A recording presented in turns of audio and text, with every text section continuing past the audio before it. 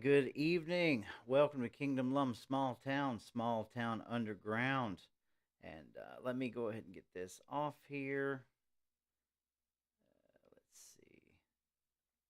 Hold on one second, y'all. There it is. All right. Welcome this evening, guys. I'm still getting set up. I'm still trying to share to groups. Welcome this evening. We are actually on time tonight. I can't believe that. And I am with the one and the only Mr. Derrick Grayson with us, is gracing his presence with us.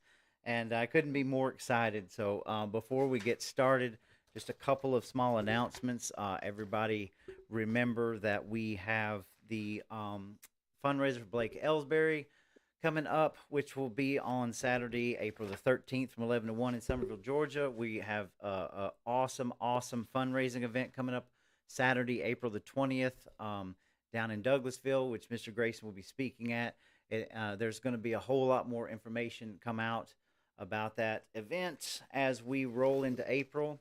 A friend of mine was letting me know that there is a gentleman in Lafayette, Georgia, that only has about 6 weeks left to live. He is a homeless person, and he's been run off in several places, and he's in need of your prayers, and he's in need of your help.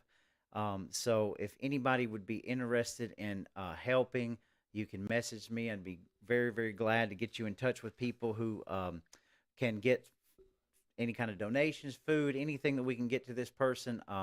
They're have cancer and things are just bad, and he does not have a place to live, and people are trying to help him. So if anybody's interested in that, please reach out to me through the messages or anything, and I will be glad to hook you up with that. And real quick, just pulling up Facebook, Lucretia Hughes, her father has went on to be with the Lord, and we just got a little bit of confirmation there. Let's see.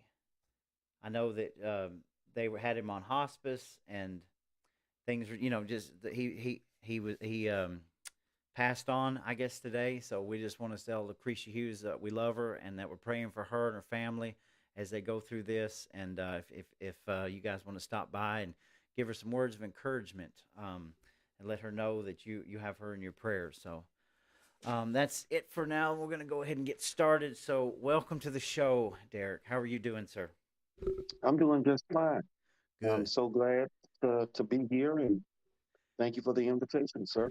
Yes, yeah. I just got to tell you, this is ever since I started this, there was always a list of people in my head that I wanted to just sit down and talk with, and you were one of them on the top of the list. And it's taken this long for us to get things together. I know we've tried to plan stuff in the earlier to try to get together, and one of these days we will. But it's just great to have you on the show tonight.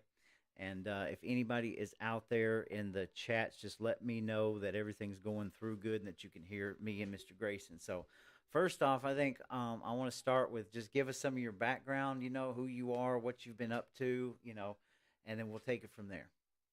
Okay. Well, I when I would go out and speak, I typically never focused on my background. However, because you asked the question, um, I was in the Navy. I was an Airedale, Okay. uh, motor mechanic, if you will, on the T3 Orion sub hunt. Wow. Okay. And I got out of the military. I finished college. I got a degree in, or a bachelor's degree in computer science. And, you know, got married, raised children. And I decided I need to get involved. I need to get back. And how this all started for me was drive time video. Uh, I was already involved in ministry in the church. I had a gospel band. I even had a Jimi Hendrix tribute band. So Wow. I kind of got around on that. And after doing the drive time videos for a while, I wondered why I was having such a hard time getting through to black people because my videos were primarily targeted towards young black men and women working in ministry and get involved with a lot of different groups, those that are in juvenile, those that are in prison, those that are homeless. And you see these things and you realize what these people are mostly missing in their lives Right. is God. Yes, sir. But aside from that, um, what is allowing them to get on the path that they end up on that sends them down the road of destruction? So now I could start with the parents because they definitely play a part. Right. But why were the parents sorry parents? Now there are exceptions to every rule. You got great parents; they do the best that they can, but they may have given birth to a sociopath. There's nothing you can do about that. We have those situations. But however, typically, and I believe in what the Bible says, train up a child in the way in which they should go, and they shall not depart uh, from it. So I knew something else was going on. So I decided to get involved in politics. And once I got involved in politics, I mean, other than just being the typical robot Republican, voting for anybody that had an R in their name, I realized it was the policies. And I'm one of those guys, I'm a voracious reader.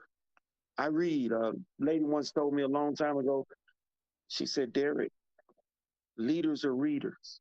Always read. Read everything that you can and never just look at one point of view. So I started looking at what's going on with our government to create this situation. And the realization for me was it was Democrat policies. Right. That was first revelation. Okay. Okay. And I can name the culprits. FDR gave us the infrastructure for social welfare programs. Lyndon Baines Johnson turned it into an institution. Right. I could tell you about one of his famous quotes, but I don't want to get your show a bad mark. But y'all know what I'm talking Yes. about I'll have them voting, blah, blah, blah, blah. You know where I'm coming from. Mm-hmm. And there are many more policies like that, but probably one of the most egregious ones after Lyndon Baines Johnson was Jimmy Carter, who gave us the Department of Education. Right. That was the beginning of the end, Agreed. okay, for our children because they turned them into indoctrination centers, which is what they are. We had to send our kids to private schools just to escape that because they were being taught certain things that we did not condone. Right. So that was that. And so I then got involved in the Republican Party heavily. And boy, this was during the Ron Paul days. Oh yeah. Ron Paul. Absolutely. And my band, we would travel around the United States playing at different events on behalf of Ron Paul. We even did a song about Ron Paul. Axis bold as Paul. Nice. Kenny says Axis bold as up. It's a real good recording. Nice. But the things that I found out about the Republican Party from being involved in my uh, local district and conventions and how they carry on and the things that they do, the underhanded, low down tricks that they play, I finally came to the realization this is all about establishment politics. If you aren't going to walk in and step in line with what they're talking about, they don't want you. Um, proof to the pudding. When I ran for office the first time, and they were doing the debate with everybody on stage. That first debate in 2014 was at uh, Bernal University. I think that's where it was, up in Kennesaw area. And we were on stage and we had a debate. And at the end of the debate, they had a poll. Who won this debate? Well, guess what? It was Derrick Grayson. That was the last debate that they had a poll on. After that, they decided we ain't doing no more debates. Wow. Period. And that was the tone afterwards. And second to that, I learned a lot of things about the districts. At that time, we had 10 Republican districts and 4 Democrat districts. What I was not hip to at the time was checking out these guys' voting records. Mm-hmm. And if your audience wants to write this down, thenewamerican.com /, index, they can look up the voting record for any politician, Democrat or Republican. If you have a constitutional voting record that is less than 80%, you are a sorry representative. Right. And every one of the Georgia U.S. House representatives, they stink. Mm. They have abysmal voting records. The only guy that we had that was above 80 was Jody Heist, and he ran for Secretary of State, but did not win. But he definitely had my support.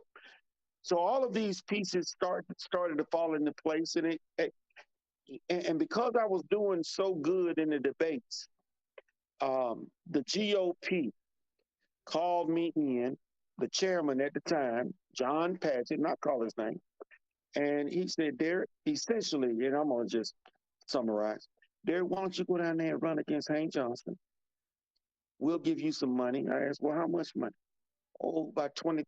I said, $20,000 ain't gonna beat Mm-hmm. Hank Johnson in the 4th district. And Hank Johnson, for your audience, that's the guy that said Guam would tip over. Ah, Uh, yes. I said, $20,000 is not going to do anything. And he said, well, Derrick, I didn't say that was all the money that we could raise for you. I said, John, what's really happening here is I'm making y'all's fair-haired uh, white boys look bad in the debates, and you don't want my presence here. So you want me to go on down there to the 4th district and run against the other Negro. That's Mm. all this is about. So I'm going to pass on your officer. Right. And I continued to do what I did, and I learned a few other lessons as well. Oh, by the way, my local uh, district chairman called me in with one of her friends. Her name was Linda Smith, and I still have that recording.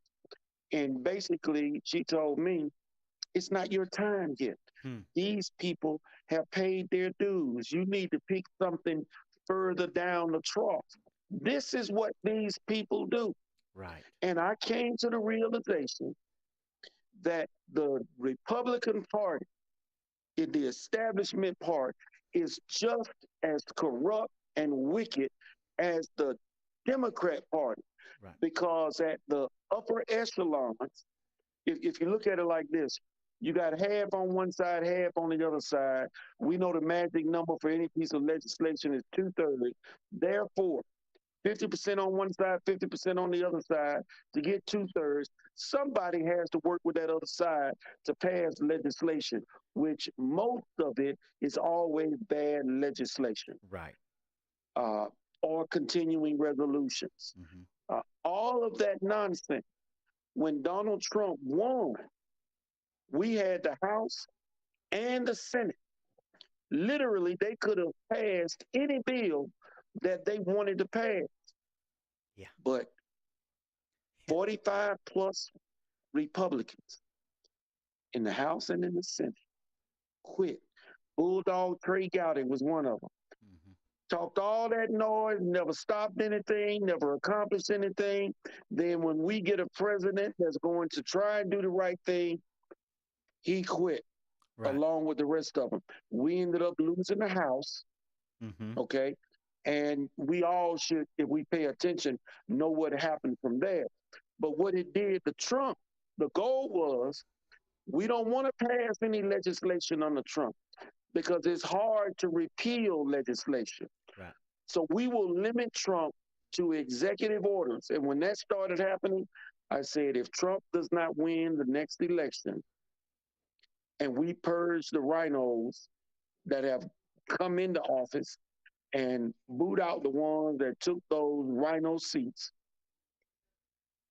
If Trump loses, every executive order that he put in place will be overturned.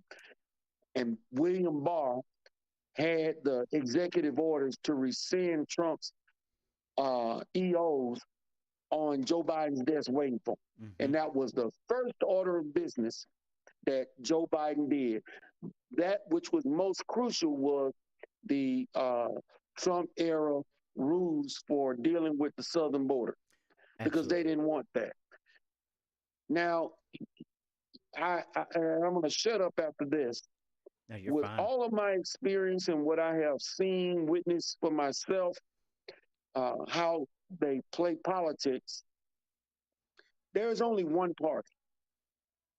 Now, in the Republican side of it, we might have 5 to 7 good and serious Republicans, conservatives, but they don't put it all on the line. Why? They didn't tell us we were being spied on, but they knew, but they didn't say a word. Who told us? Edward Snowden.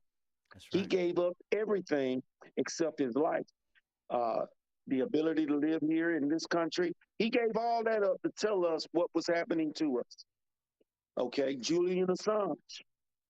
I mean, I could go on and on, but I have come to the realization that the people that go to conventions, that go to their local meetings in their district, unless they are establishment lovers that love their rhinos, like all of those that were holding up Kemp signs, um, they are a problem. But those that aren't and see what's happening and continue to be involved, they are actually smarter than 95% of the voting population. Right. Because 95% of them, when they go to the polls, they vote out of ignorance and they vote for R or D, not realizing you still lose. Right. Whew. So Man. that's my diatribe. Well said. I cannot disagree with anything that you've said. A couple of things I do want to touch on. When you said Ron Paul, I have not been doing this kind of stuff, but I've been paying attention to this kind of stuff my whole life. And Ron Paul, he's one of my heroes. He was the gateway into. I know I call him the godfather of the Federal Reserve. He taught us all that there was absolutely nothing federal about the reserve, and that kind of started you know us into when we get to the what I call it pre 9/11, post 9/11, where the internet age comes together and we start learning things and we start understanding the narratives. And you've been around for a good long while and involved in this. And I will say that I mean, like, I can't find any fault with what you've said. So I want to kind of move along a little bit and just pick your brain because it seems like sometime around when Trump got in office first, and we woke up, we went to sleep that night not knowing, and then woke up, he was the president, and then all hell just started breaking loose, right? So it created this sort of grassroots movements that had never been there on that I had ever seen on the conservative side of things, where it prompted people like me to get involved. And when we started understanding that like you're saying, our politicians, we were asleep at the wheel. We were not paying attention, and all of our representatives were giving us the thumbs up, saying, "Hey, don't you worry, I've got the line. We're good to go." And we realized we're very very far from that line. And through the years, I think we've kind of created this grassroots movement, and all over, let's just say Georgia alone, that is really like coming against this establishment good old boy club. And now I look in 2024, and the chaos and everything is ensued, but it's almost like it's necessary in order to shed light on all things that were dark that we didn't know about. And here we are. So, what do you make of just from about the last 8 years and the grassroots movements, and people like you and me connecting with each other. I mean, do you think that we've made a difference in some of this establishment? I see isolated incidents where people are changing things. I spoke with a lady at the event that I missed you at, Yes. told me about how they replaced their rhinos and they were being sued. So Yes. they were threatened with arrest. You may know who I'm talking about. I do know who you're talking about. Yes. And I told her, ma'am, sacrifice is required for change. Right. I did a drive time video where I said more suffering is needed because people aren't getting it. Right. Case in point, all of the Negroes in New York and Chicago, they have suffered much, and now they see the cause of it, the Democrat Party Right. and Joe Biden's southern border issue. But Joe Biden was corrupt before he got in office. I warned him. I tried to tell him, Joe Biden don't care anything about you, No. but they would not listen. They called me a fool. They called me Uncle Tom. They called me everything because they did not want to hear the truth. Those up in New York and Chicago. So I see where they got rid of Lightfoot, but they put another fool in I that's know. doing a horrible job. Hmm. So they still haven't really learned. They knew Lightfoot didn't care anything about them, but they put somebody in there that's exercising the same policies that she did. Exactly. Okay. And now they're talking about we want to meet with Donald Trump. What you want to meet with Donald Trump for now? Go out and convince other Negroes, when you go to the polls, you need to vote for Donald Trump if you want something better. I read an article where they are getting ready to pay people, I forget what city it is, $125. I don't know if it's a week or per person, but to house illegals. Yes, I've heard that. That's several places actually. Actually, Yeah. New York's one So of them. this is where we are, Hmm. and the people just don't understand. And the only stopgap for this, if we had 15 to 20 true conservatives that would never bend, those 15 to 20 conservatives could stop all of this nonsense. Right. I agree. Do They you? could stop it all. Johnson, they got Johnson in, Hmm. gave him 24 hours to read a thousand Yeah, page that was a big bill. letdown, a huge letdown, really. Yeah, but that's who he was from the beginning. Right. They didn't want to put Jim Jordan in there, I know. okay, I know. because they knew Jim Jordan, the Rhinos and the Democrats knew that Jim Jordan wouldn't stand for any of that foolishness because Jim Jordan is on the record for saying all the things that he did not like. And I believe he would have stood up to it and maintained. Trey Gowdy said a lot of stuff that he was on the record for, but rather than have to stand up there and fight for it, he quit. That's right. So that's what they do. And now, if you look at what's going on now, there's at least 3 to 4 Republicans that are planning on retiring, getting out of office, and of course, the allegations are they're pretty much being bought off, so they can just continue to weaken the Republican representation in D.C. And Yep, they don't want to deal with it. They're just going to take the payout and leave. It's yep. pretty crazy. Um, Give the So what it does, it gives the Republicans that are left cover. Well, we don't have the majority. right. Well, there was nothing we could do. Our hands were tied. We can't pass the legislation that Donald Trump wants because it requires 2/3 in both houses. Hmm. So what is Donald Trump left with doing? Executive orders. Yeah. And then you still have Mitch McConnell just hanging on, coming out there. If he's not Man, blanking out, saying he's going to continue this fight against what they call the isolationists, right? Which brings yeah, me to a point. I think both of us would agree on this. I love winning just as much as anybody else, but just from what you were saying, not bowing down to your principles, there seems to be this divide in our political system where folks will just go along to get along just for that big W. And I know that how important it is. You have to win and you have to do things to win seats, but when it comes to such a compromise that you're continually giving up all of your morals and your values and you're giving your country away, I'm not too sure about that. In other words, I don't condone just voting for somebody just for the win. We've got to get better people that are not willing to compromise on, just like you're saying, so that, and no matter what the cost. And I believe that that's why we're in the shape we're in, because we never held this accountability to our politicians, and we're being forced to just hold the line. And you agree with that? Absolutely. I'll give you a perfect example. I spoke for Josie Cruz. Mm-hmm. I think she's the running in the sixth or the 13th, one of those districts. I forget what. She asked me to go in and be a surrogate for her because she was someone somewhere else campaigning, and I said I would. Her opponent is, I think his first name is John, last name is Chavez.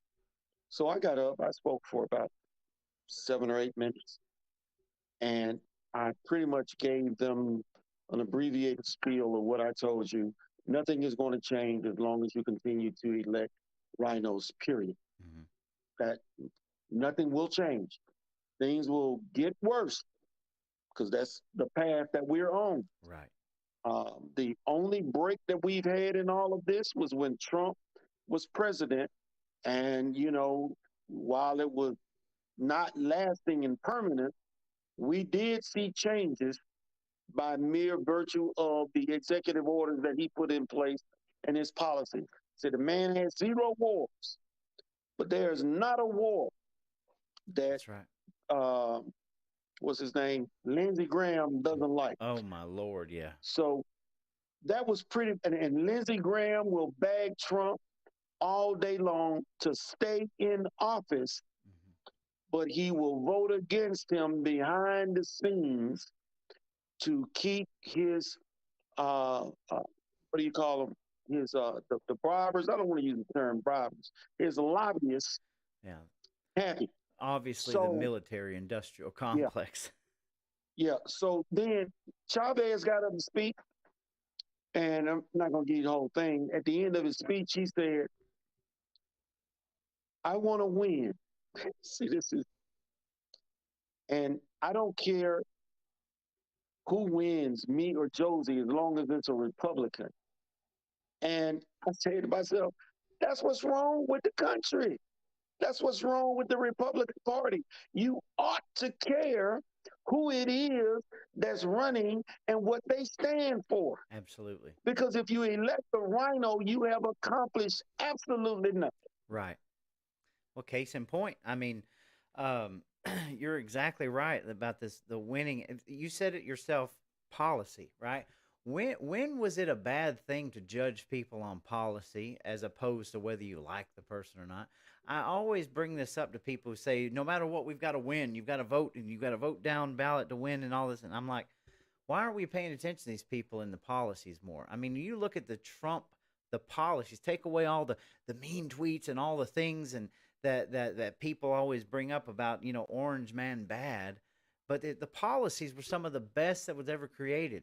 And I mean, we of course we know we have a fake, legacy media that's not going to cover that, but you get down into it when you look at the policies alone, that the strength of America that he was doing, and it just amazes me that gets looked over. We should, we Well, this person's liked better. No, no, no. It's policies. when I sit down with a person, uh, particularly Negroes that are naturally Trump haters because the media told them to be, I say, let's not talk about Trump for a minute. I want to ask you just a few questions. Do you think people coming across the border should come across the border illegally or legally? They're going to always tell you legally. Mm-hmm. Do you think that a person coming across the border getting money from the government when we have veterans on the street homeless, do you think that that's fair and equitable? Hmm. All of them are going to say, no, no, they're a veteran. They fought for this country. They should. You do you understand that the government has no money of its own? Well, what do you mean? The government has no money of its own. It collects its money from taxpayers and it gets loans from the Federal Reserve that the taxpayers are put on the hook for. You understand where I'm coming from? Okay, yeah, I got it. So, do you think it's fair to increase your taxes so that it can go towards helping illegals over people that have been here paying taxes? Every last one of them is going to tell you, no, that's not right. Right. Now, if you got a person that don't work, they don't care nothing about taxes going up because they don't work anyway. Right. But if you sit down and you reason with people that work, remove Trump from the equation and have a discussion with them about policies, they begin to understand. Right. They begin to see. So that's always my approach when talking with Negroes.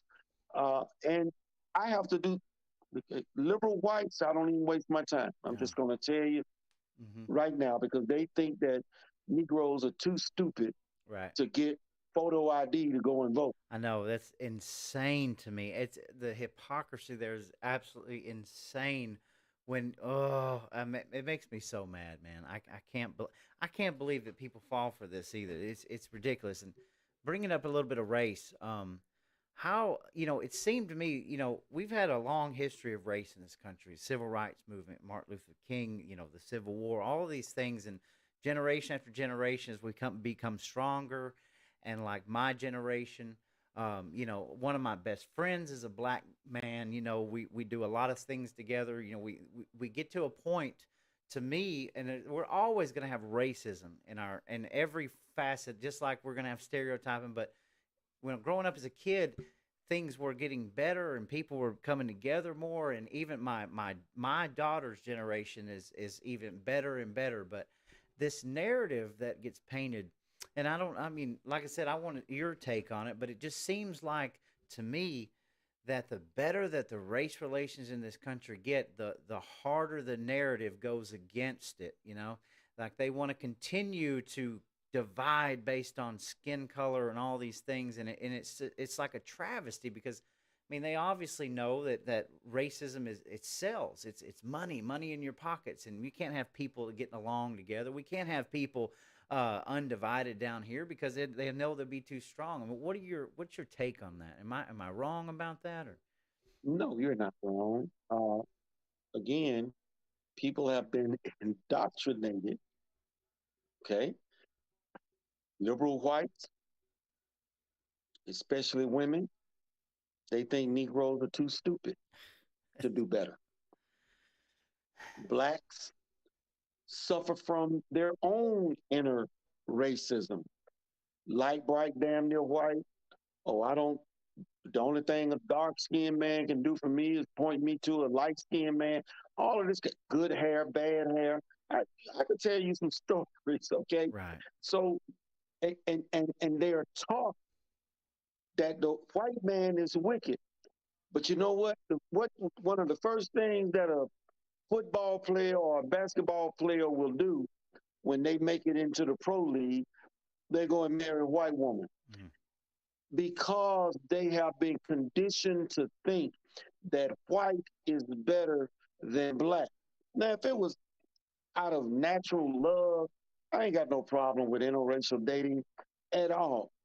But this is a trend that you can look at and you can document. Mm-hmm. And then when we have government policies, starting with the man in the house rule, going back to Lyndon Baines Johnson, that even made it worse because it separated men from their families. So Right. now you have generations of young men being raised feminized, not knowing what it is to be a man or how to find a good woman. All they know is my mom was a revolving door of men, and We got all of these kids here in the household, multiple daddies.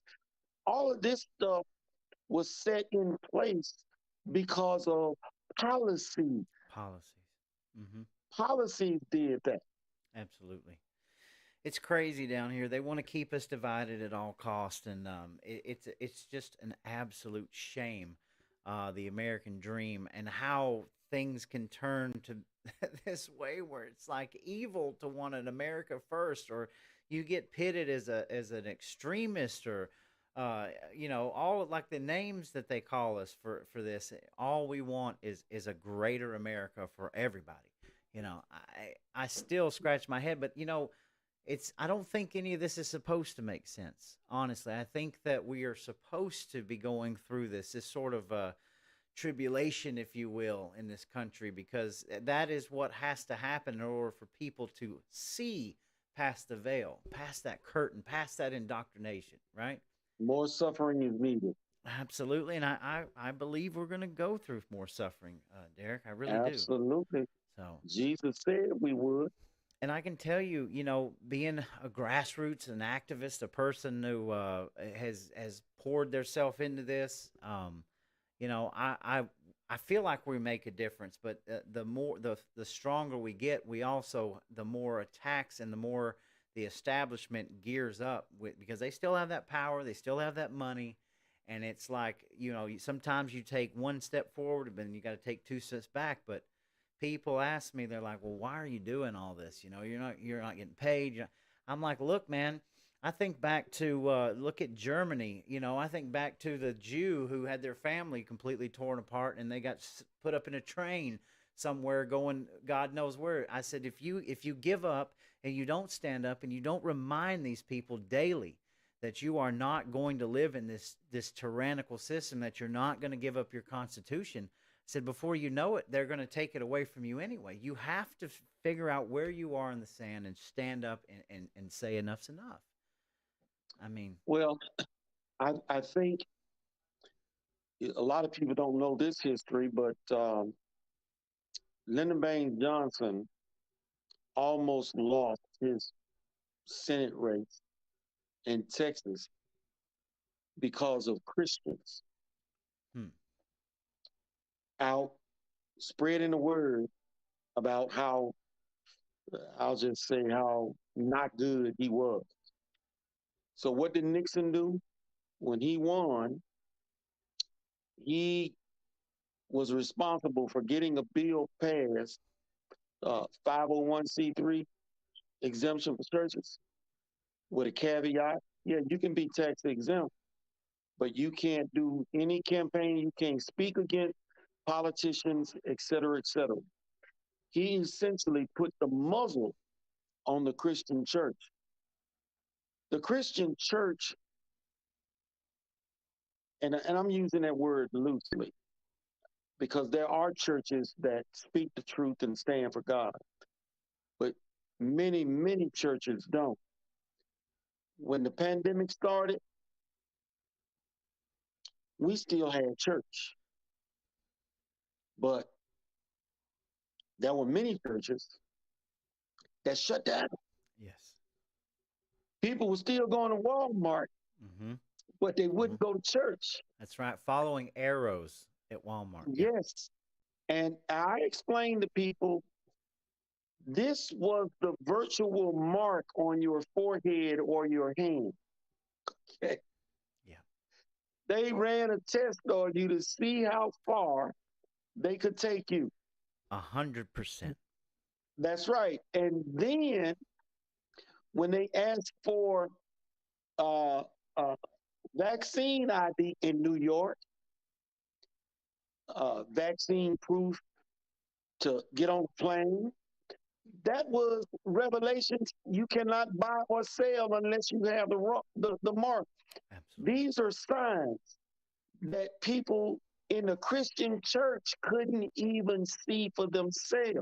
Yeah. So the church largely has become weak and full of preachers that are afraid to stand up and tell the truth. I That's even right. said to my own pastor, who now says he's against abortion, How can you vote for a politician that promotes and supports abortion? By proxy, you are supporting it. How can you? Amen. So those hard kinds of questions, many people don't want to ask because they don't want to offend, they don't want to say it, et cetera, et cetera. And I was going to mention to you earlier, because I have now, this is my third time speaking this year, I believe, maybe four. I think I'm going to go on a rhino tour and explain to people why things aren't changing in this country. Right. And the only hope other than Jesus Christ is to get God fearing conservatives in office that will let the government shut down because they want to pass an abominable bill. Yes. That will let uh, things not get paid because they won't pass a continuing resolution with a lot of pork in it. Yes. That will let that you corrupt Ukraine suffer Yes. because you know they weren't doing that but laundering money. No. Of course. That's it. We all know that. So we got to get those 20 conservatives in office I agree because with you. that will break up that 2/3. I agree. So many people are so comfortable in their lifestyle, the bread and circus. And of course, we live in a society that we've become almost completely dependent on everything around us. We've lost we don't know how to do anything anymore. We don't know how to fend for ourselves anymore. And then you turn around and then you add all the debt, right? Every time you go to the store, they're offering you a credit card for 20%. You've got mortgages and bills and the inflation. And so you're in an indebted servitude to work, and which I have no problem with working, but we're living in a society where you can barely afford to feed your children, and it's going to get worse. So people are still too comfortable. They haven't reached that point to where it's directly affecting them, and I think that's where it's going to have to go. People before we get. Well, I'll give you an example. Like this weekend, Easter, when they Biden for the third year in a row signed the proclamation for transgender visibility or whatever, and it was a coincidence when we went back and did the research because we found out more that it had been going on for 15 years and that the Biden administration had been proclaiming this for 3 years already. But that right there should be a wake up call to the Christian nation that, hey, if you don't have some skin in this game, they're already 10 steps ahead of you right now. You have got to get alive and awaken to this fact that your God is being ripped apart from this country, and they're going to have to get more involved in this. Absolutely. They've got to. Yeah, I talked about that transgender visibility in Sunday school Mm-hmm. this past Sunday. I told him. I said, so why? I said, I didn't say Biden's name. I said, the White House knew that this day, Yep. this this thing that they put together 9 years ago was going to fall on Easter. Exactly. And our children will be going around thinking Easter is about transgender visibility. Yes. Wake up, people. Mm-hmm. Telling you, I'm telling you, the Lord works in mysterious ways, and we are going to have to go through these things to get people alive again. Yeah. So, I want to ask you to when we'll do some comments. We got some good comments here in a minute, but let's switch to Georgia. So right now I think you might agree, Georgia is going to be one of the key states in the November election, and I am running on a very thin line of hope that we're even going to have an election in November with the way things are going. But give us your take on the current political state that we are facing here in Georgia. In Georgia, our problem is the rhino. Period. Right. That's that's it. It's that simple. It's that easy. If we get a bunch of rhinos in, They will go to DC and do what they did before. Right. Nothing, because Trump overturned the money changers table. He was the fly in the ointment. He disrupted the status quo, Mm-hmm. and both parties wanted Trump to go. A hundred That's percent. that's just it. And so I saw an article that came out that said that Trump was leading Biden in 7 swing states. I I'm pretty sure one of those would be Georgia. Yes. So, and I'm going on the record saying, if we retain the 9 Republican seats that we have, Georgia ain't really benefited, because those rhinos aren't going to do anything to stop what's been happening. We got big mouth Marjorie Taylor Greene. Everybody thinks that she's the greatest thing since sliced bread. She ain't stopped nothing. She ain't changed nothing. She makes a lot of noise and does a lot of grandstanding, but where has it benefited us? Okay. Nowhere. Okay. She does nothing to educate people and give you the difference between her and conservatives that actually do something constructive. That was Ron Paul. You, like me, Ron Paul got me into paying attention to Yes. what goes on behind the scenes. Ron Paul helped me, just like you, to the Federal Reserve. Okay. He was one of those guys. He was trying to tell people the truth. Right. No, I don't argue Rand that. Paul takes time to educate people, tell them what's going on behind the scenes. He still don't put it all on the line because he ain't naming names. Right. Thomas Massey tries to educate people, makes videos explaining to them about the appropriations process and how it's supposed to work. That's true. Okay, individual bills dealing with specific areas voted on individually, but they always lump everything into one bill, Yeah. The one omnibus omnibus. bill with a bunch of garbage in it, Mm-hmm. and they all vote for it. They pass it. Right. So, but again, you and I, we participate, we come. We're smarter than 95% of the people out there that vote because they don't do the research. No, they can barely get him to a meeting. It's crazy. Yes, Yeah, we I are where we agree. are because of the voters. I agree. I add Matt Gates to that list. I wasn't ever really a big fan of Matt Gates, but the more that I see him in action and listen to him, he's kind of I learn a lot from him as well, you know. And I say this, you know, Marjorie. Um, I mean, she's not my enemy, and I have hope that Marjorie can come to some sort of consensus and really rein in what she's doing. It just seems like it's more of a, what would you say, a glamorous event style, you know. I mean, don't get me wrong. I don't disagree with you. I'm holding hope for Marjorie. I see Marjorie doing good things. But I also see some things that are very questionable, and I also see that she can't take criticism very well. You know, and I think we Well, should I've all seen be some able to. things from her at a speaking engagement where now I believe in forgiveness. Yes.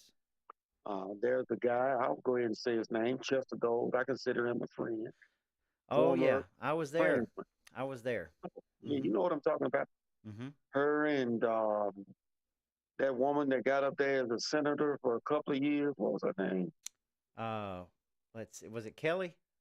Kelly. Yeah, Kelly Loeffler. Mhm. Yeah, Kelly Loeffler. Had the man ejected.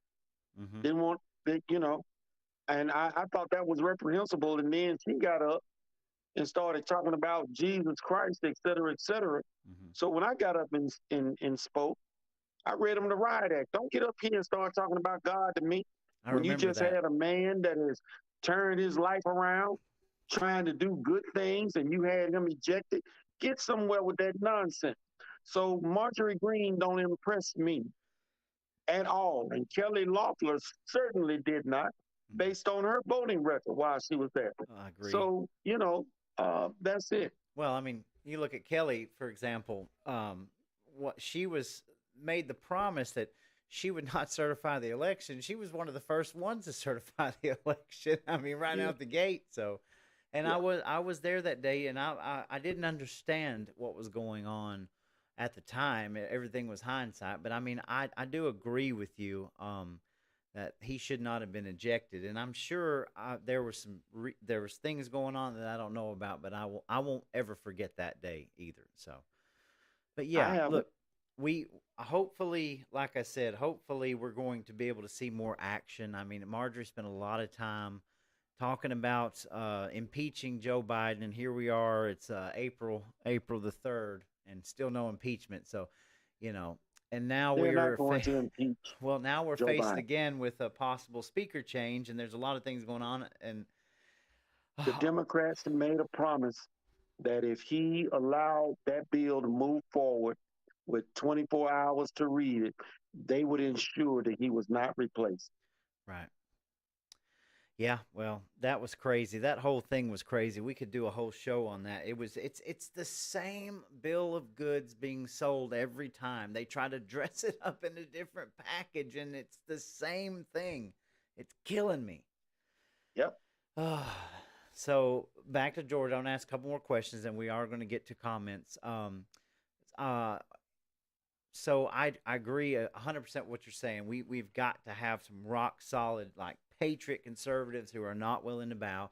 I feel like we have a couple of them. I'm very proud of my state senator for standing up, even in the face of the ridicule that the people in the area like to talk about. I think that Colton Moore is doing it very well. Charlize Byrd, there's a few others that seem to be doing well.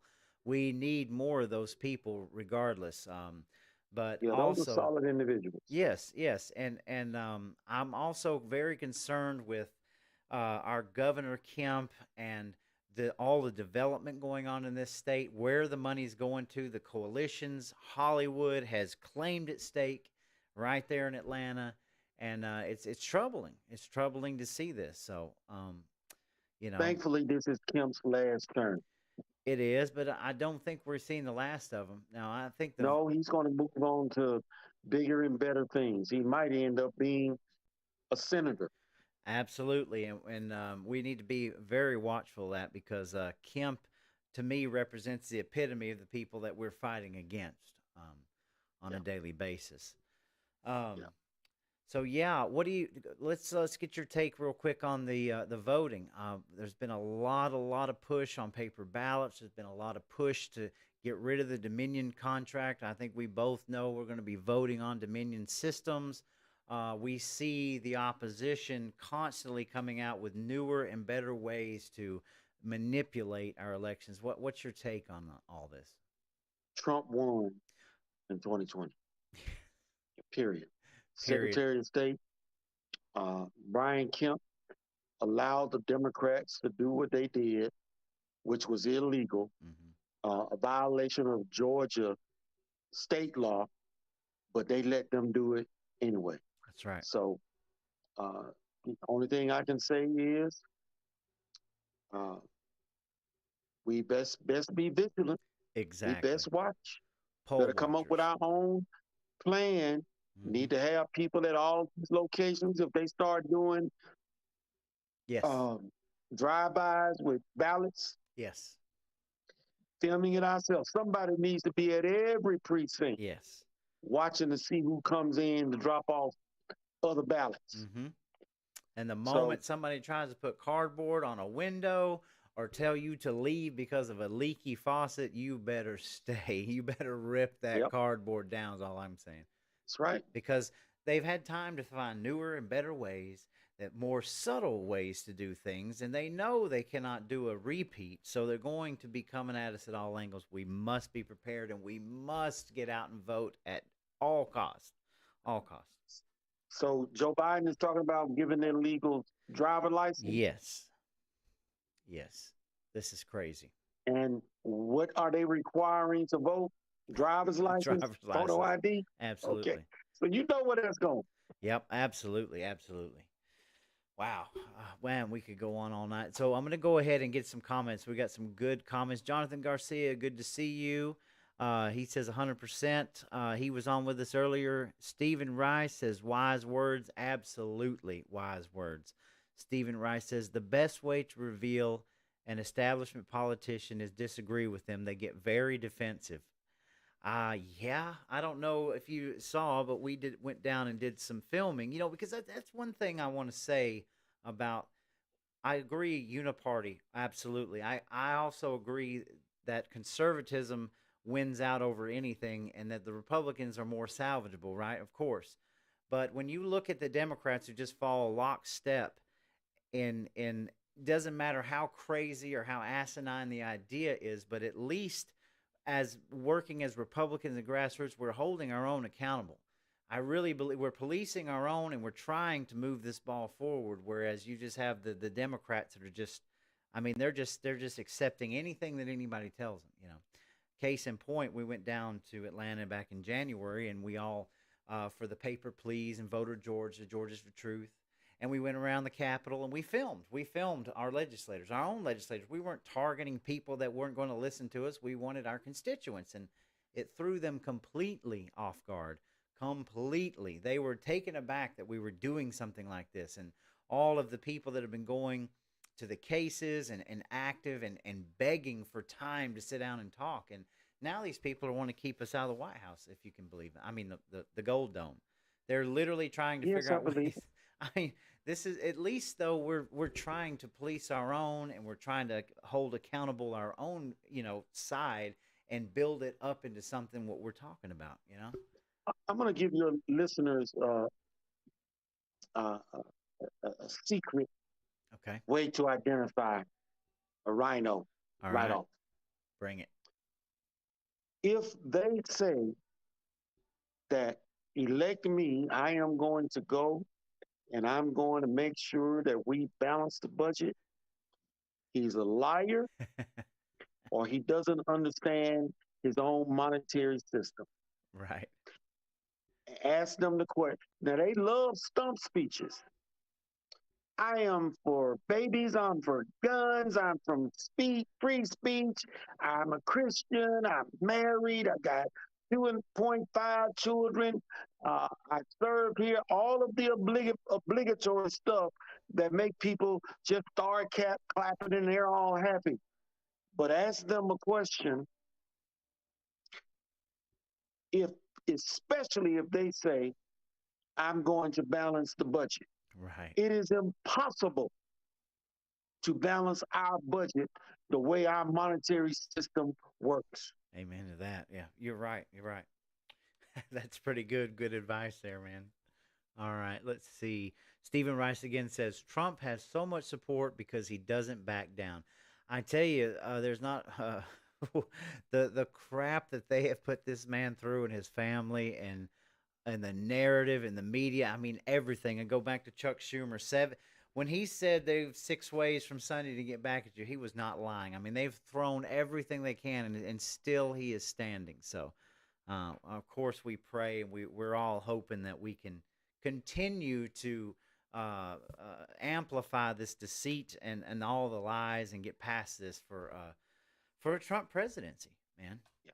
Trump is anointed with oil from God. I'm telling you, it looks like it. Look, man, you know how you put oil on your hand and you run some water across it, it beads up and just runs right off. The water don't stick to you. That's that anointing of oil that Trump has on him.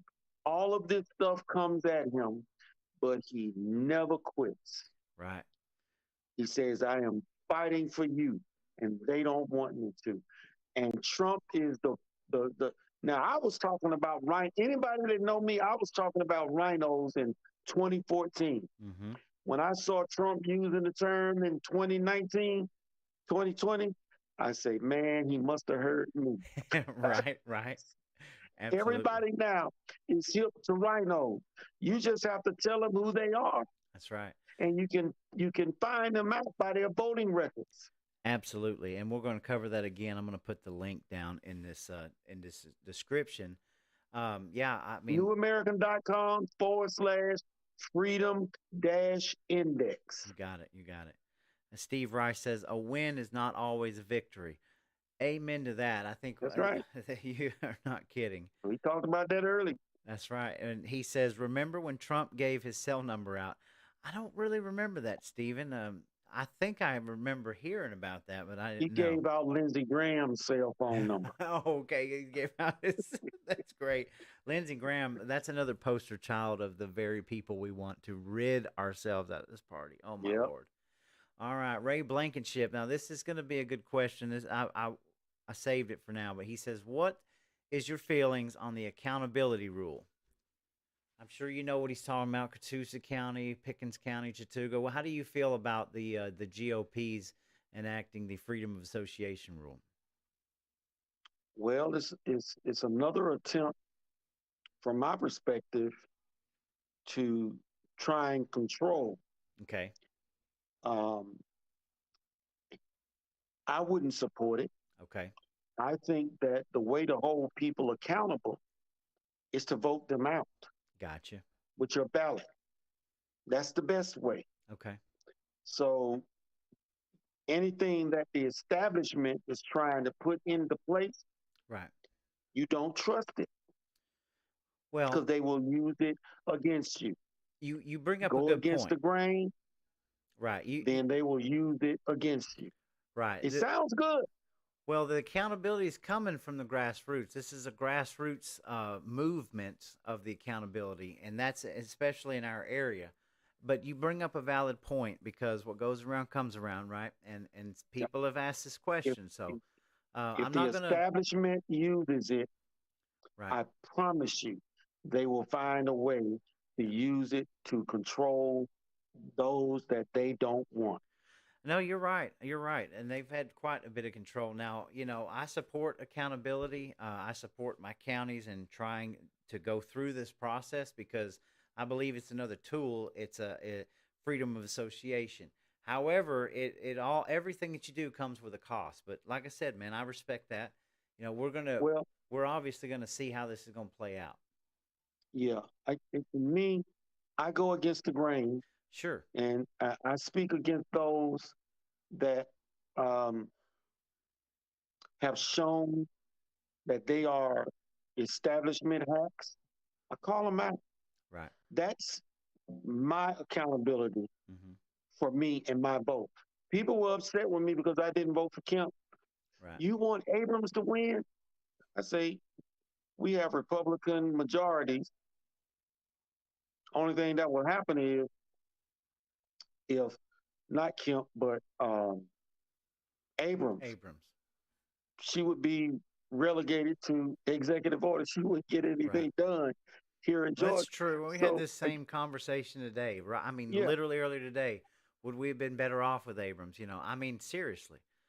But yeah, but yeah, I mean, accountability is something that it requires people to understand, and I support them up here. I support my people that are trying this because I feel like that we're trying new and better things, and we're going to see how this is going to play out. And it's certainly there's like I said, what goes around comes around, and we just need to just know that, which means yeah. we got I to wouldn't keep give our any tools GOPs.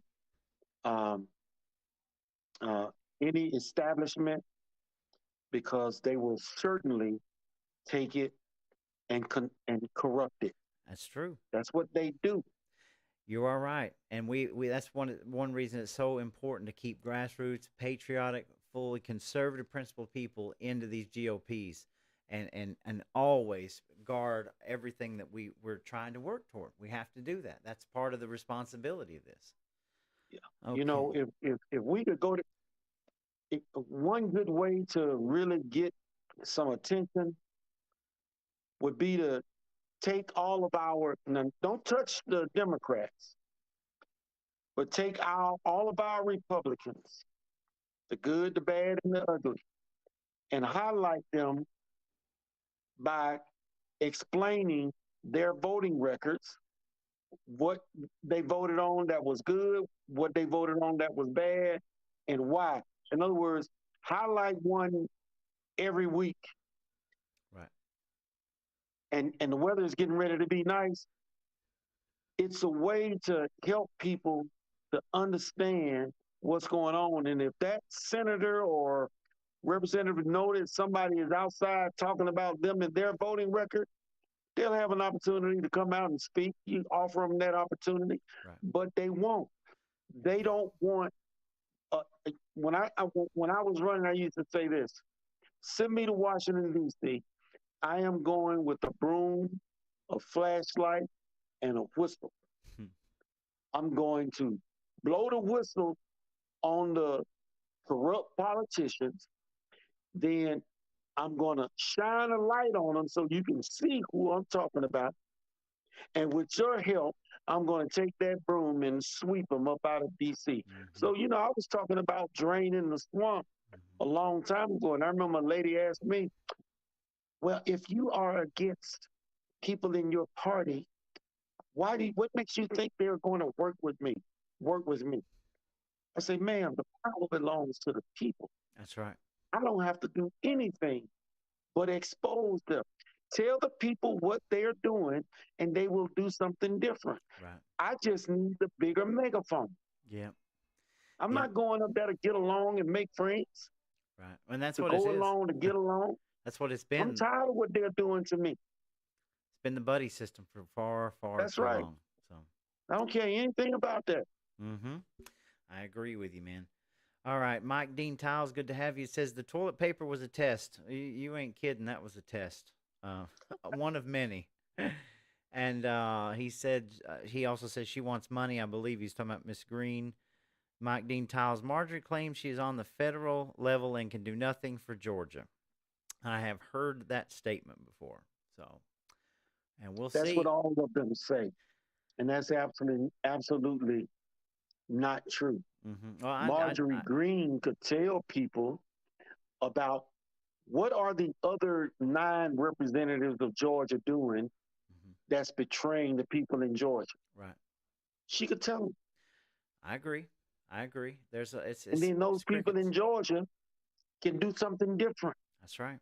but she won't do that. Well, I mean, you would think that anybody from Georgia in representation that was serious is really going to shed light on everything that we've got going on in the state. I mean, we've got so much going on here that just gets unnoticed, and then I guess some people can pick and choose what they wanna tweet about, Yeah. right? Well, there ought to be a movement to purge every rhino in Georgia, All right. period. There is. We need a bigger megaphone. Yeah. Man, that megaphone makes all the difference in the world. I'm here to tell you. You are. And one thing about it, you got to have money Yeah. Well. to get that reach, Yeah. And or you got to have somebody up there in D.C. that's willing to let you use their megaphone. right. Marjorie, just feed us the information. We'll do the rest. Right. That's right. That's right. Just Okay. feed us the information. All right. John Milliken says, when you want a nice new house where an old house with a rotten floor and foundation sits, what do you do? I'm going to guess you build the house. Yeah, exactly. I get the metaphor. You tear it down and you build something better. That's right. Ray came back and he says, you do know that this accountability rule is against the establishment, right? And that's kind of what I was explaining. Yeah, I got that. But the establishment had to put it in place. Right. The Okay. establishment is not going to do anything that's going to hurt the establishment. I don't know why that's so hard to understand. Uh, Change the establishment. That's where your focus ought to be Right. first. Change the establishment. Now look at what they're doing to Brian K. Pritchard. Uh, Got 2 stories out on him. Now I know that man personally. I don't believe what they're saying that he did, especially with the text messages. I'm not going to get into it. If right. anybody want to know about it, they can go look it up. But they trying to destroy that man Right. I because you see put that. things in people's heads. Uh, then people begin to have doubts about that person. Right. But I know Brian Pritchard, for the most part, I heard a couple of about an incident where had promised support for something and didn't follow through. I don't know the details about it, and I didn't look it up. But from everything else that I have seen and what I know about Brian, he's always been a straight shooter when it comes to standing up for policies that are good for the country and not um, beneficial to the establishment. And so when he won first vice chair, I was happy. There's certainly But now they're battles. trying to kill them. There's battles going on. So many battles right now that are being fought, and it's almost heartbreaking when you think about all of this. But at the same time, this is part of the suffering that you have talked about. And believe me, the accountability is being tried by good people and trying to make a difference on the ground level. And like I said, we're going to wait and see how this plays out. But I can tell you You there, remember the Tea Party? I do, and that was brought up to me last week. Okay. Yeah, What was the Tea Party trying to do? they were they were fighting hard. You exactly what you And what happened? well, they pretty much got knocked down. Co-opted. They got yeah, well, They got corrupted, co-opted. corrupted. So yeah, so there's All right. something we always got to watch out for, man. It's hard. I can tell you one thing, being in the political side of all this now, I didn't realize how crazy it was to try to move through all these obstacles and to try to make sure that you're, you know, doing the not doing the right thing, but just trying to be a person that is more is open and trying to be something positive. But there's so much negativity right now. It's hard to navigate through. It really When is. people say that about the negativity, Eric, don't be negative. Don't.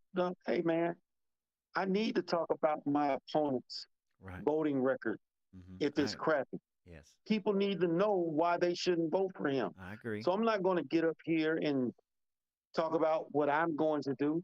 I'm going to tell you the reason why I'm running. I'm running to replace this jerk off Right. that's currently in office. Right. What part of that you don't understand? And then I remind people of Jesus Christ. Mhm. Jesus Christ criticized, you're a den of vipers. Right. Get thee behind me, Satan. When Peter was talking that nonsense. Mhm. Absolutely. So there's nothing wrong with telling the truth. You know, you talked about judging earlier. I have to remind people, stop taking that out of context. Right. Because Jesus, out of his own mouth, said, when you judge a righteous judgment. He ain't never told you not to judge. He told you not to judge unrighteously. Mhm. I got you. But if you're going to do it righteously.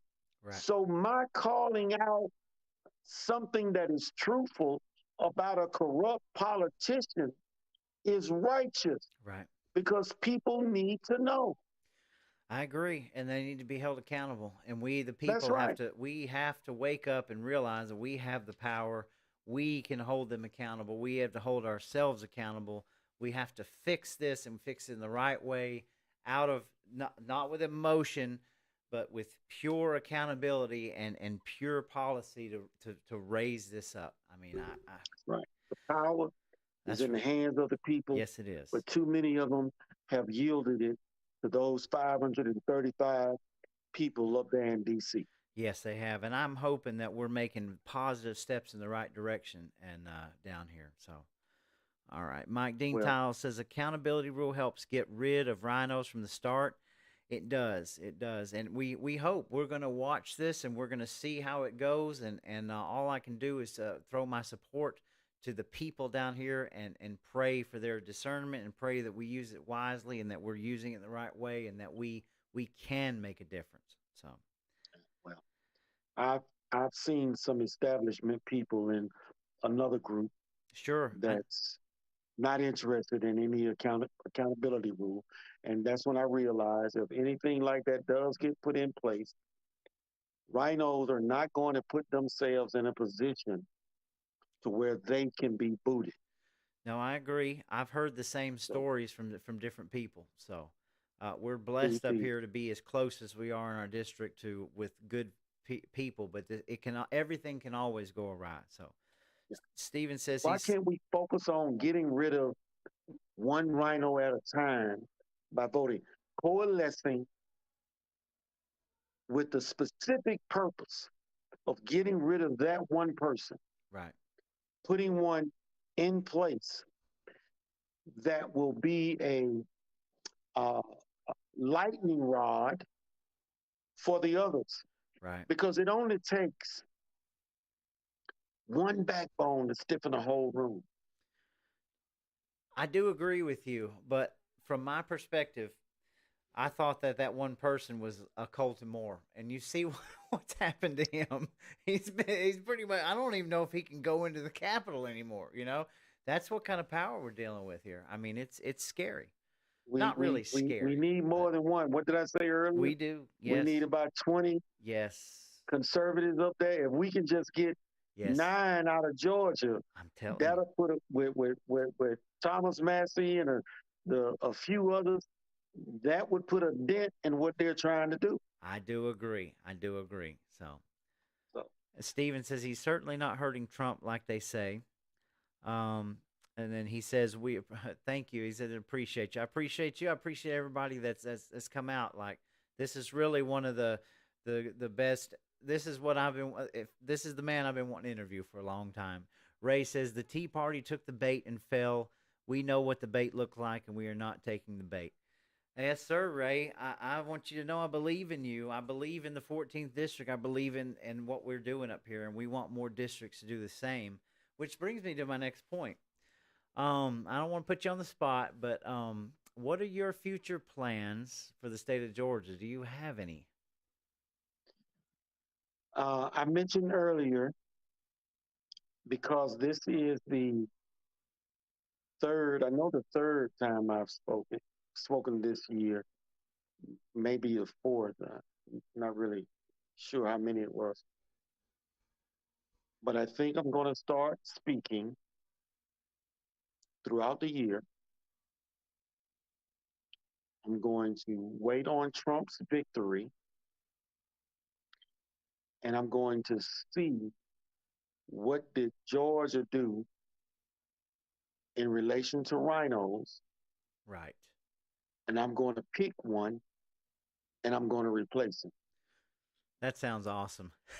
That sounds good. I want you to know, man. You know, the from the first time I met you and saw you speak, every time I've ever watched you speak it's always gives me cold chills. All right, and I'm not trying to blow you up or anything like that because I mean, me and you, we when you speak, it's like this is what I feel a lot of the times. You know, there's very little that we disagree about, but and just to share the day that we did our Patriot camp out and you showed up and I put you on the spot. I said, you've got to get up here and talk. That's just how much I respect you and your opinions because you're not afraid to say the things that some of us are afraid to say. You know, you will say those things. And, you know, we need more people like you in this world that will just hit things head on and tell it like it is. And I just want you to know, especially up here, even if we disagree on things, we need you. We need more people. We need 100 Colton Moores and 100 Derrick Graysons, and if we had that, I think things would be a lot better. But you know, It's okay for us to disagree on some things because I'm going to tell you what, disagreement is an opportunity to find common ground. If you're a reasonable person that's right. willing to sit down and talk about it.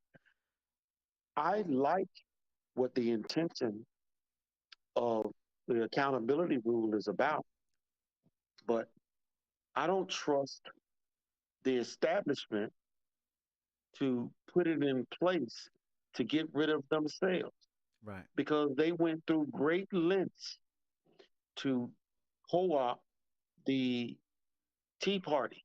Mm-hmm. And the people that work in the Georgia Republican Assembly, to an extent, they've been co-opted. Okay. I mean, don't get me. I'm full disclosure. I'm a member of the GRA, and I So am I. I hear all kinds of things, but all I can do, and this is one thing, and I want to say this publicly because, I'm up here in the 14th, and we've got our own little conservative fantasy land. I think Marjorie Green did coin that phrase right because we have our own echo chamber up here. But Mhm. the more people that I meet, the more differences of opinions, and you said it yourself, is opportunity in disagreement. And so I meet people all the time that that've been doing things different or way longer, and they have a completely different take on things like the GRA. And all I can go on is that the GRA have been nothing but great help to me and my constituents, and who knows. But I think that none of us are immune to, Jesus was the only one who walked perfect on this earth. So I will say this, that we've got to have hope and faith in our and accountability of each other, including the GRA and everything else, because we've got to police ourselves and keep ourselves on the right track. But I think you bring up some valid points, and Yeah. you're a member Well, of the GRA, and like I said, yes, I'm a lifelong member. Well, I have a lifetime membership. right. I have mad love for Alex, Me me too, man. Catherine Bernard. They are Yeah, my friends. they're great. Um, but there are a couple of people that are involved, establishment hacks that pull all kind of little sneaky stuff that I just found distasteful. I understand. You ever at a meeting and they're following Robert's rules, right? Okay. Yeah, I just got through Somebody will one. make a motion for something, somebody will second it, and somebody might request discussion. Okay. But before that person can raise the point for discussion, somebody immediately says, motion to vote. I forget what it is. Or motion denied. I hated that. Hmm. To move forward without, to close discussion Without and discussion. move directly. Hold up, man. What's wrong with giving people an opportunity to digest what was put forth? Right. Sure. Give them a chance to raise their hand. But and I'm going to say his name because I mean we're not friends. Brent Frost was horrible about that, and I've called him out on it a number of times. Couldn't stand it because they do it to ensure that they get what they want and nobody can raise any valid arguments against it. Right. Because, I, my thing is people need to have an opportunity to let their brain grasp what was just said. The rush to close discussion, I just think is a low down dirty trick. And that's how they use Robert rules to move forward through things that they want to do. And I ran against Brand Frost. And I told the people why I was running, I said, you want something different, do something different. Right. But there weren't enough people there that really wanted anything different. Right. That's Well, why I say we are where we are because of the voters. sure. And Because I would do something different. I know you would. And I'm telling you, I wanna pray for discernment. I want to pray for all of this these things that we're going through, and pray for the Lord to help all of us become more stronger. I want to make sure, because you're never going to get away from, you're never going to have 100% of what you want, but I have the hope that these people and these groups that we are pouring ourselves into and trying to make a difference, I hope that we can keep some of this evil and some of this establishment and things out, and we shall overcome. That is my prayer for all of this. I don't have little I don't have a dog in this fight. And I don't mind at all having these conversations and talking, because there's no judgment here. We're all human beings, and we're all trying to find our place in this. And I just hope and I pray for the discernment because we need it, and I think it's going to get worse. So It's only going to come through education, period.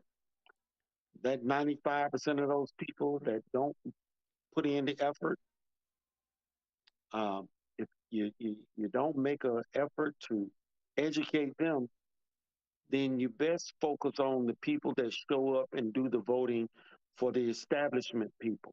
right, The establishment people that mean the organization no good, hmm, they need to be replaced. right, If you can absolutely, replace the establishment people with the people who do show up to the meetings, hmm, then you got a good start right, because those replaced establishment folk, the people that go into their place, they'll have a bigger megaphone than anybody out there. that's right, They have the reach to reach out to all of the membership, right, tell them what's going on. But nobody in the Republican Party wants to talk about corrupt Republicans, hmm, and that's it. So I'm not afraid to name names. I'm not afraid to call them out. I'm not afraid to say what I have witnessed and what I have seen. I see it, say it, whether people like it or not, and they can deal with it or not. And if they can't deal with it, it's not my cross to bear. that's right. That's why we love you, man. I mean, like I said, you're fearless, and that's what we love about you. Lisa says that you had a great speech. Thank you, Lisa Adams. That Derek had a great speech at the Patriot Campout. Absolutely. Calvin's Thank Corner. you. It's good to see you, Calvin. Looks like we got one more comment. It says they some from Southern Girl, Georgia Peach. We love you. They do it county meetings as well. The older, more establishment-minded Republicans will do everything possible to avoid discussion. They want it their way or the highway. They hate the grassroots. She So know what I'm talking about. yeah, oh yeah, she does. I mean, it happens. I'm dealing with it. Well, I mean, we're all dealing with it in our GOPs and our groups and everything that we're dealing with. And it's just we got to try to continue to move forward and have the best discernment. So, Yeah. well, man, I think we're about an hour and a half, and Lisa says complacency is dangerous. Only when people become uncomfortable will they get involved. Ain't that the truth? Derek, I Absolutely. just want to tell you, man, I certainly appreciate you coming on with me. This has been a long time in the making. We should do it again sometime. And Absolutely. please keep us informed on your future plans because you've definitely got a supporter here if you decide to run. Because one thing I know is for sure is that what you say is what you mean, and I don't have to worry about you telling me something that you ain't going to do. So. Yeah. No, yeah. But it's been a pleasure, folks. I appreciate everybody hanging out. This has been a great interview, and we're only going to get better from here. He will be speaking again on the 20th of April at our fundraiser. We're going to start a whole new rollout coming up where I'm going to specialize um, like some live streams just for it to make sure we're all on board, and then it'll be a chance for us to be able to hang out in person again and celebrate just life with wonderful people. So, thank you I need again. you to send me a flyer and I will details. do. Yes, sir. I will do. And I appreciate everybody hanging out. And hey, we're going to continue to just strengthen each other and get rid of the corruption, man. That's what we want to do. So. Well, my brother, I had a wonderful time talking with you. I wish I could have would have saw you up there in I Somerville, but know. I know. yeah, but this was better. Yeah. I got to spend an hour and a half with you That's right. And this today, that's so right. yeah, yeah, one-on-one time. Well, we appreciate it. Just stay on the line. I'm going to go ahead and end. And Monday night, I believe we're going to have Sheriff Steve Wilson on. Yeah, it should be the 8th. Our Sheriff Steve Wilson will be on for